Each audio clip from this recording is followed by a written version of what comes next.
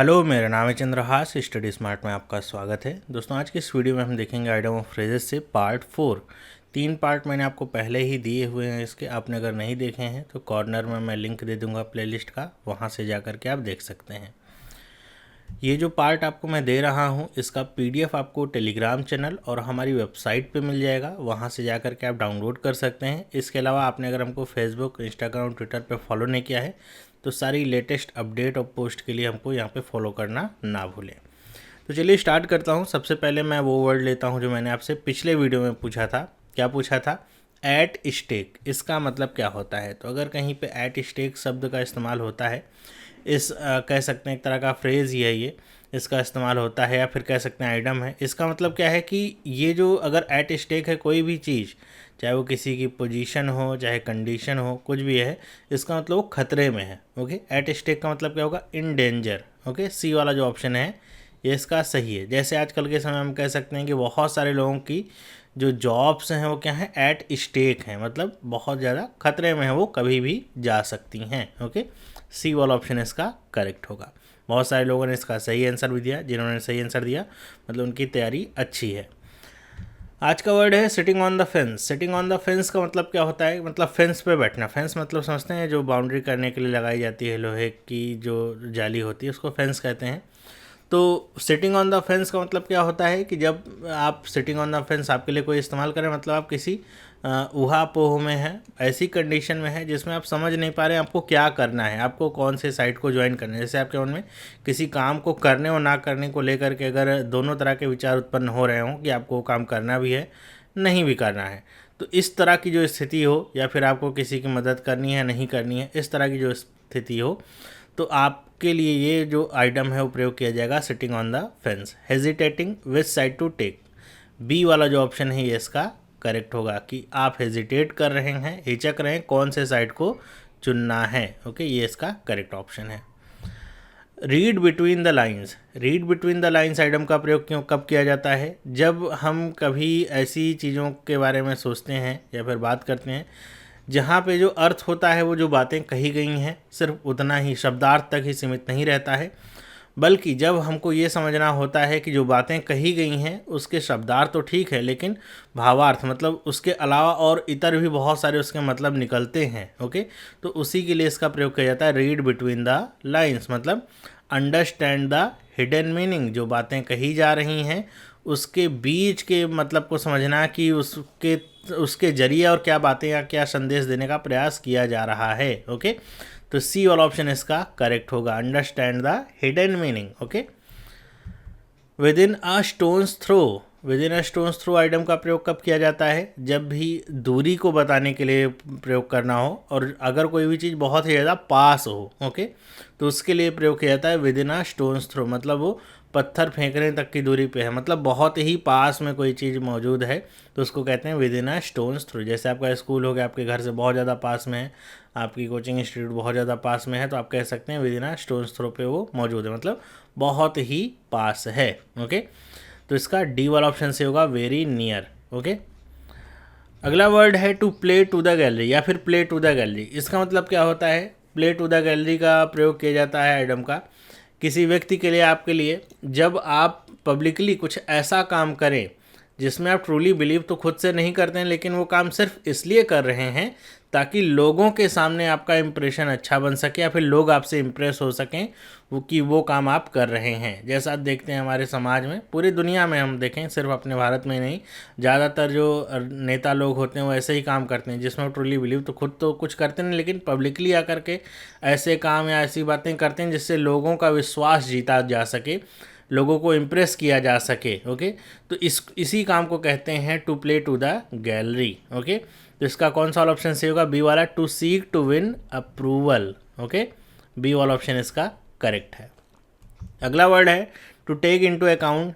Take in something into account का मतलब क्या होता है? टू टेक समथिंग अकाउंट, कुछ भी अकाउंट में लेना। इसका मतलब क्या हो गया कि किसी भी चीज़ को कंसीडर करना। ओके, बी वाला जो ऑप्शन है ये इसका करेक्ट है कि जैसे आप समझिए कि आपने कोई अच्छा काम किया है और मान लीजिए किसी बुरे काम करने की वजह से आपके ऊपर कोई चार्ज लगा है, तो आप ये कह सकते हैं कि जो जज होगा वो इस चीज़ को भी अकाउंट में लेगा कि जो आपने अच्छा काम किया है उसके लिए। ओके, तो अकाउंट में लेने का मतलब या फिर टू टेक इनटू अकाउंट का मतलब क्या हो गया, टेक समथिंग इनटू अकाउंट का मतलब कि वो इस चीज़ को कंसीडर करेगा, इस चीज़ को भी कोई देखेगा कि आपने कुछ अच्छा काम भी किया है। ओके, अच्छा काम बुरा काम दोनों के लिए हो सकता है, कुछ भी, मतलब किसी भी चीज़ को कंसीडर करने के लिए ये प्रयोग होता है।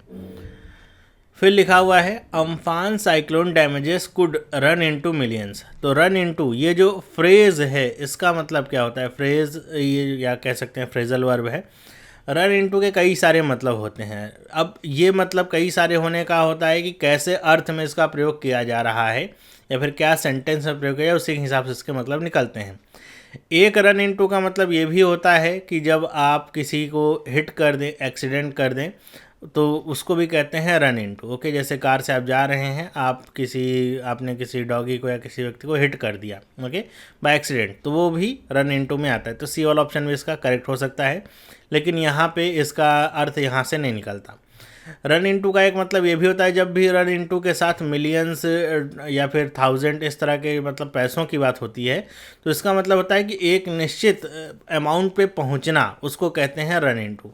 तो लिखा हुआ है to reach a particular amount, इसका बी वाला जो ऑप्शन है ये इसका करेक्ट होगा इस अर्थ में जो कि यहाँ पे लिखा गया है रन इनटू, और उसके साथ ये जो मिलियंस हैं इसके लिए कि जो एम्फान साइक्लोन के डैमेजेस हैं वो मिलियंस में पहुंच सकते हैं। ओके, मतलब बहुत ज़्यादा नुकसान वहाँ पे हुआ है। ओके, मिलियंस में, बिलियंस में, जो भी यहाँ पे लिखा रहे, अगर रन इनटू के बाद पैसे की बात हो तो उसका मतलब होता है किसी एक पर्टिकुलर अमाउंट पे पहुँचना। ओके, एक रन इनटू का मतलब ये भी होता है कि कुछ भी ट्रबल या डिफ़िकल्टी या प्रॉब्लम को स्टार्ट करना। तो डी वाला जो ऑप्शन है ये भी रन इनटू का ही एक अर्थ होता है, लेकिन उस सेंस में अगर प्रयोग किया जाए तो सी वाला भी इसका होता है, डी वाला भी होता है और बी वाला भी इसके अर्थ होते हैं।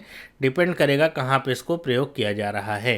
ओके, फिर लिखा है blue eyed boys. Blue eyed boys का मतलब क्या होगा कि अगर आप किसी के ब्लू आइड बॉय हैं, मतलब आप उसके क्या हैं, बहुत ज़्यादा फेवरेट हैं। ओके, आपके लिए वो बहुत सारी चीज़ें करेगा जो कि दूसरों के लिए नहीं करेगा, तो उसको आप कहेंगे ब्लू आइड बॉयज़, मतलब बहुत ज़्यादा फेवरेट। अ रेड लेटर डे, कोई भी आपके दिन के लिए अगर बात की जाए कि ये आपका रेड लेटर डे है, इसका मतलब वो दिन आपके लिए बहुत ही ज़्यादा इम्पॉर्टेंट है और हमेशा ये पॉजिटिव सेंस में ही इस्तेमाल होता है। याद रखिएगा, पॉजिटिव सेंस ही इसका लिया जाता है रेड लेटर डे का। इंपॉर्टेंट डे का मतलब ऐसे भी डे हो सकता है जिस दिन आपने कुछ खोया हो बहुत ही ज़्यादा, तो आपको हमेशा याद रहने वाला हो। तो ये जो रेड लेटर डे होता है वो आपके लिए पॉजिटिव सेंस में, मतलब इस दिन आपके साथ कुछ बहुत ही ज़्यादा अच्छा हुआ था, बहुत ज़्यादा कुछ ऐसी चीज़ हुई जिससे आपकी ज़िंदगी बदल गई पॉजिटिव सेंस में। ओके, तो उसके लिए उस दिन के लिए प्रयोग किया जाता है a red letter day, an important day. Okay, C वाला जो ऑप्शन है इसका करेक्ट है। ड्रॉपिंग नेम्स, ड्रॉपिंग नेम्स हम देखते हैं हमारे समाज में बहुत ज़्यादा प्रयोग होता है, हर जगह ही प्रयोग होता है। ड्रॉपिंग नेम्स का मतलब ये होता है कि जैसे कोई बहुत ऐसा व्यक्ति हो जिसके पास कोई ख्याति ना हो, ना तो अपनी ज़िंदगी में कोई ज़्यादा हो, लेकिन वो अपना केवल एक इम्प्रेशन जमाने के लिए जब ऐसे लोगों की बात करे कि वो इनको जानता है, ये इनको जानता है, जो कि बहुत ज़्यादा फेमस हों या फिर बहुत ज़्यादा इंपॉर्टेंट पर्सनस हों। ओके, आप भी देखते होंगे आपके पास भी बहुत सारे दोस्त होते होंगे जो ये बताते होंगे कि उनके भाई कुछ हैं या फिर उनके चाचा कुछ हैं, उनके पिताजी कुछ हैं, या फिर उनके जानने वाला कोई बहुत ही ज़्यादा इंपॉर्टेंट पर्सन को बताएंगे वो मेरा रिश्तेदार ही है। ओके, तो ऐसे जो नाम लेने की बात होती है अपनी इम्पोर्टेंस बढ़ाने के लिए, ताकि उससे आप कोई मतलब आप तो कुछ नहीं है, लेकिन ये साबित हो सके कि आप दूसरों की निगाह में साबित करने के लिए आप बहुत ज़्यादा इंपॉर्टेंट पर्सन है, क्योंकि कोई दूसरा आपसे रिलेटेड बहुत ही ज़्यादा इंपॉर्टेंट पोजीशन पे है। तो इस तरह नाम गिनाने को जो कहते हैं ड्रॉपिंग नेम्स ही कहा जाता है, ड्रॉप नेम्स या ड्रॉपिंग नेम्स। ओके, जैसे सेंस में प्रयोग हो। तो इसका सही अर्थ क्या होगा, लिखा हुआ है एक तो ये है कि talking proudly about their family members, कि अपने फैमिली मेम्बर्स के बारे में बहुत ज़्यादा प्राउडली बात करना, ये नहीं होगा। मतलब कि फैमिली मेम्बर्स के बारे में आप बात कर सकते हैं प्राउडली, चाहे वो कुछ हो चाहे ना हो, लेकिन यहाँ पे जब बात होती है ड्रॉपिंग नेम्स की, तब बात हमेशा होती है कि जब आप ऐसे व्यक्ति के बारे में बात करें जो कि बहुत ही ज़्यादा फेमस हो या फिर बहुत ही ऊंचे ओहदे का हो। ओके, चाहे वो आपका फैमिली मेम्बर हो चाहे ना हो, लेकिन आप उससे कनेक्शन बताने की बात करते हैं कि आप उसको जानते हैं, वो आपको जानता है। तो इसका डी वाला ऑप्शन से होगा हिंटिंग एट हाई कनेक्शन। जब आप हाई कनेक्शंस का मतलब क्या हो गया, बहुत इंपॉर्टेंट लोगों के बारे में हिंट दें और ये बताने का प्रयास करें कि आप उनको जानते हैं। कैरी आउट का मतलब तो बहुत सिंपल होता है, किसी भी चीज़ को करते रहना, एग्जीक्यूट करना, उसको कहते हैं कैरी आउट। कोई भी काम हो उसको करते रहिए, कोई दिक्कत परेशानी के बिना रुके, तो उसको कहते हैं carry out.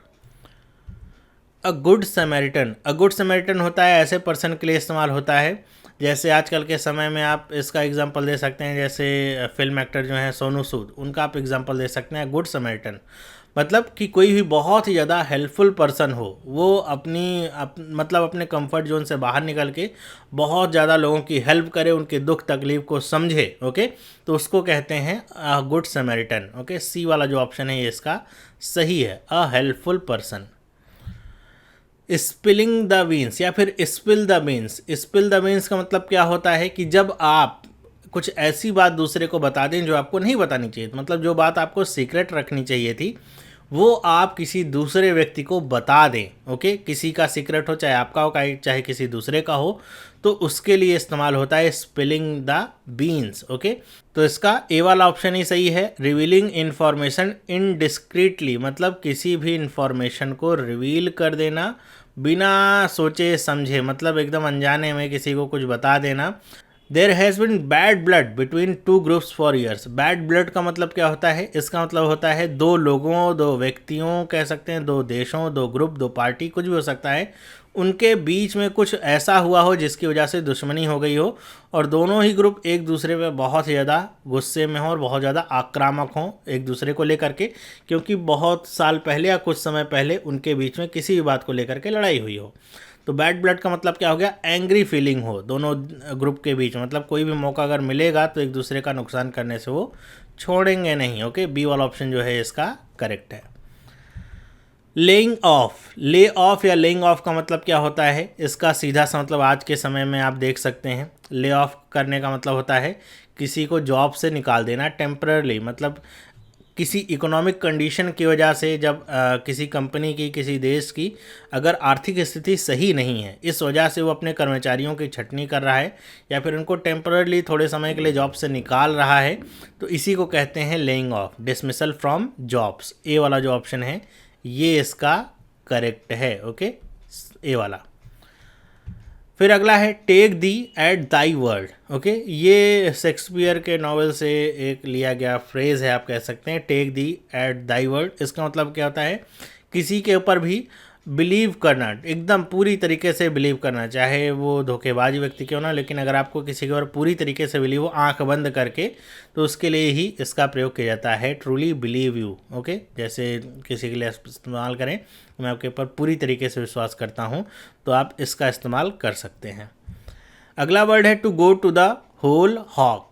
To go to the whole hog का मतलब क्या होता है, किसी भी काम को कंप्लीट करना, पूरी तरीके से कंप्लीट करना, तो उसी के लिए इस्तेमाल होता है इसका आइटम का, to go to the whole hog, to do it completely, मतलब उसमें कोई भी अंश ऐसा बाकी नहीं रहेगा जो आपने करने से छोड़ा ना हो। ओके, सी और ऑप्शन जो है इसका करेक्ट है।